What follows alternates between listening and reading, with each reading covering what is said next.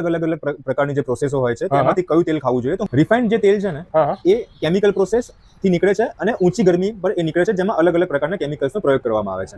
એ refined process છે. જે બીજી પ્રોસેસ આવે છે જેમાં તમે ડબ્બા ઉપર વાંચ્યું હશે ક્યારેક કે ફિલ્ટર્ડ ઓઇલ એવું લખેલું હોય છે. એ બેઝિકલી ફિલ્ટર્ડ ઓઇલ શું હોય છે? એને લોખંડના મશીનમાં સૌથી પહેલા બોઇલરથી સ્ટીમ આપી લોખંડના મશીનમાં એનું પિલાણ કરવામાં આવે છે અને પછી એને સિંગલ અને ડબલ ફિલ્ટર મશીનમાં એની ફિલ્ટ્રેશન પ્રોસેસ કરવામાં આવે છે, એટલે એને ફિલ્ટર્ડ ઓઇલ કહેવામાં આવે છે. એની અંદર લોખંડના મશીનમાં પિલાણ કરવાથી અને શરૂઆતમાં બોઇલરમાં સ્ટીમ આપવાથી એની અંદર ગરમીનું પ્રમાણ ઉપર પહોંચી જાય છે. પછી ફિલ્ટ્રેશન કરવામાં આવે છે, એટલે એનું ન્યુટ્રિશન અલ્ટિમેટલી લોસ થઈ જાય છે. હવે ત્રીજી જે પ્રોસેસ છે કે જે આપણી પારંપરિક પ્રોસેસ છે, જે લાકડાની ઘાણીની પ્રોસેસ કહેવાય, એની અંદર કોઈ પ્રકારની ગરમી આપવામાં આવતી નથી. રૂમ ટેમ્પરેચર પર તેલ નીકળે છે અને એ તેલને ફિલ્ટર પણ કરવામાં આવતું નથી, કારણ કે ફિલ્ટર કરો તો એ તેલને કાચું ના કહેવાય. જે લાકડાની ઘાણીમાંથી જેવું તેલ નીકળ્યું એને ઠારી અને પછી એને કાચું ભરી દઈ અને તમને વેચવામાં આવે છે.